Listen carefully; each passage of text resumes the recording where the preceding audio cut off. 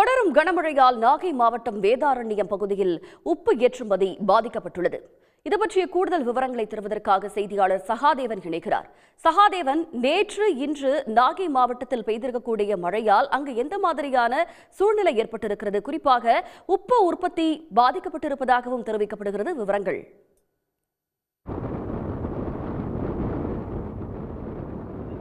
நாகப்பட்டினம் மாவட்டத்தில் தொடர்ச்சியாக பெய்து வந்த அந்த கனமழையானது சற்றே ஓய்ந்திருக்கிறது.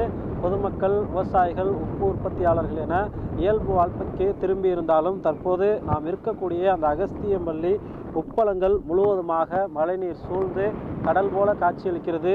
முழுவதுமாக உப்பு உற்பத்தி செய்யப்படுவதற்கு பயன்படுத்தக்கூடிய இந்த அலமானது தற்போது மழைநீர் சேர்ந்து அலைகள் வேகமாக ஒரு கடலை பார்ப்பது போல இந்த இடமே முழுவதுமாக காட்சியளிக்கிறது. கிட்டத்தட்ட 3 மாதங்களுக்கு முன்பாகவே உப்பு உற்பத்தி முடிந்த நிலையில் இந்த மாதத்தில் அவர்கள் உற்பத்தி செய்த சாப்பாட்டிற்கு பயன்படுத்தக்கூடிய உப்பாக இருந்தாலும் சரி, தொழிற்சாலை பயன்பாட்டிற்கு பயன்படுத்தக்கூடிய உப்பாக இருந்தாலும் சரி, ஏற்றுமதி செய்யக்கூடிய பணிகளில் இந்த மாதங்களில் ஈடுபடுவார்கள்.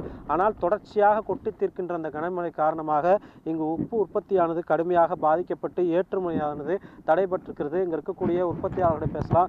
நீங்கள் எந்த பகுதி உப்பு உற்பத்தியாளர், அது மட்டும் இல்லாமல் உப்பு தொழிலாளர்கள் எந்த மாதிரியான பாதிப்பை சந்திக்கிறீங்க? சார், கடுமையான இந்த வருஷம் ஜனவரியில் நாங்கள் உப்பு உற்பத்தி தொடங்குவோம் சார். அதிலிருந்து பார்த்திங்கன்னா மாதத்துக்கு 1 மழை 2 மழைன்னு சொல்லி இந்த வருஷம் உற்பத்தி எங்களுக்கு அதாவது ஒரு ஏக்கருங்கிறது 100 டன் வருவோம். 100 டன்னுக்கு 40 டன்னு தான் இந்த வருஷம் உற்பத்தி பண்ணியிருக்கோம். ஏன்னா மாதத்துக்கு 1 மழை பெஞ்சிருக்கு. உற்பத்தி கடுமையான லாஸ் சார்.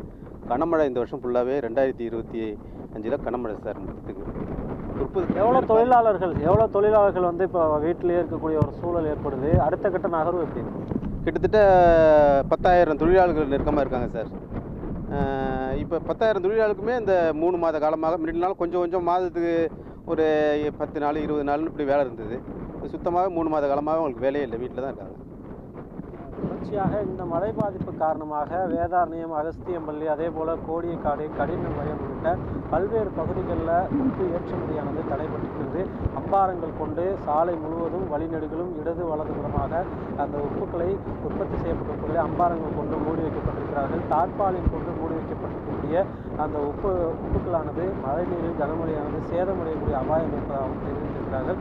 மழை ஓய்ந்தால் மட்டுமே தமிழ்நாடு, கேரளா உள்ளிட்ட பல்வேறு மாநிலங்களுக்கும் இந்த உப்புக்களை ஏற்றுமதி செய்ய முடியும் என்ற கருத்தையும் தெரிவித்திருக்கிறார்கள். தங்களுடைய கள விவரங்களுக்கு நன்றி சகாதேவன். உடனுக்குடன் செய்திகளை தெரிந்து கொள்ள சன் நியூஸ் பெல் ஐகானை கிளிக் பண்ணுங்க.